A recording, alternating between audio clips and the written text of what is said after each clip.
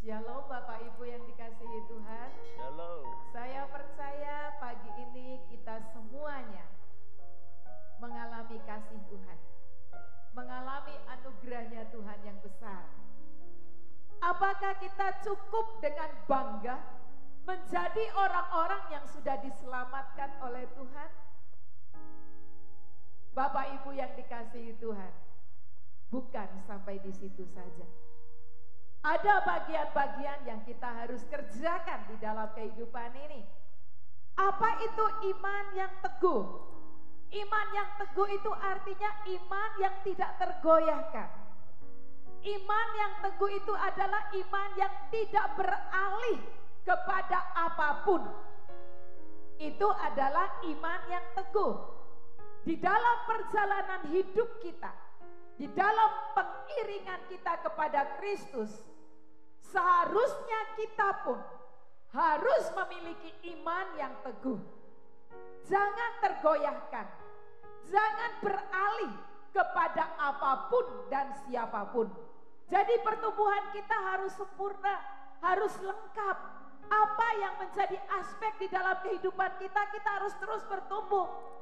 Bertumbuh itu artinya berubah, ya. Bertumbuh itu artinya berubah. Ke arah mana? Ke arah Kristus. Dengan kata lain kita bertumbuh, dan bertumbuh untuk terus dan terus ke arah Kristus. Sampai pada suatu saat kita akan menjadi serupa dengan Kristus. Ini adalah target. Seharusnya menjadi target setiap kita umat Tuhan. Setiap kita yang berkata bahwa kita adalah pengikut Kristus. Engkau dan aku harus punya target ini. Menjadi serupa Kristus. Bagaimana kita bertumbuh untuk menjadi seperti Kristus? Bertumbuh tidak otomatis, tetapi bertumbuh adalah sebuah perjuangan kehidupan.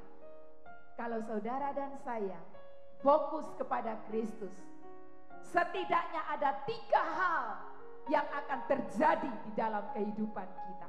Yang pertama, saudara pasti akan memiliki hubungan yang spesial dengan Tuhan. Artinya saudara pasti akan bergaul dengan Kristus. Kalau engkau fokus kepada Dia, engkau pasti akan bergaul dengan Dia. Mengapa?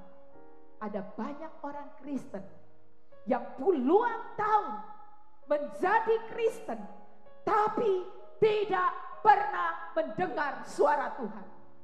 Apa yang terjadi? Karena dia tidak bergaul dengan Tuhan.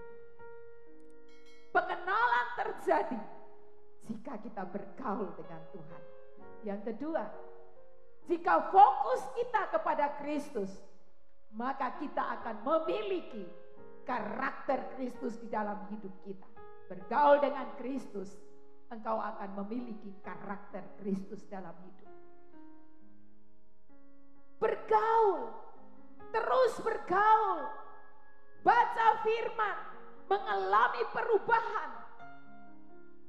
Itu akan menjadi target kita. Dan yang ketiga, jika saudara memang benar-benar fokus kepada Kristus, maka engkau akan belajar melayani dan terlibat melayani. Belajar seperti Yesus melayani. Jangan terus berdiam diri. Ketika Yesus berada di dalam dunia ini, Alkitab berkata, dia berjalan keliling kemana-mana. Kalau saudara orang yang fokus kepada Kristus, maka engkau dan seisi rumahmu akan menjadi gerejanya Tuhan. Engkau akan membawa anak-anakmu untuk beribadah kepada Tuhan. Kalau engkau fokus kepada Kristus, engkau akan sungguh-sungguh membangun mezbah di dalam keluargamu. Jadikan rumahmu sebagai gereja di mana Tuhan hadir di dalamnya untuk membentuk engkau dan keluargamu untuk menjadi orang-orang yang serupa dengan Kristus. Lalu engkau bertumbuh, berbuah untuk kerajaan Allah. Ingat, saya tadi mengatakan Yesus adalah jalan dan kebenaran dan hidup. Jika engkau dan aku tidak nempel sama Kristus, engkau akan mati. Kalau fokusmu kepada Kristus, engkau berakar di dalam Kristus, mujizat yang terjadi. Bagaimana kita berakar di dalam Tuhan? Firman-Nya menjadi fokus kita. Firman-Nya, Alkitab. Baca Alkitab, renungkan firman Tuhan, dan engkau akan menjadi pribadi-pribadi yang makin kokoh dan kuat, yang tidak bisa diombang-ambingkan oleh angin pengajaran apapun juga yang menyesatkan. Kalau engkau cinta Yesus, fokus sama Dia.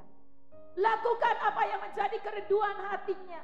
Hari ini kita semua dipanggil untuk bertumbuh di dalam Dia, berakar di dalam Kristus, makin dibangun di atas fondasi Kristus di dalam hidupmu. Merespon dengan serius pula apa yang sudah Dia lakukan di dalam hidup kita. Dia izinkan kita hidup di dalam dunia ini supaya kita bertumbuh, berakar, tumbuh, berbunga dan berbuah. Dibangun di atas Dia agar menjadi rumah rohani yang kuat dan indah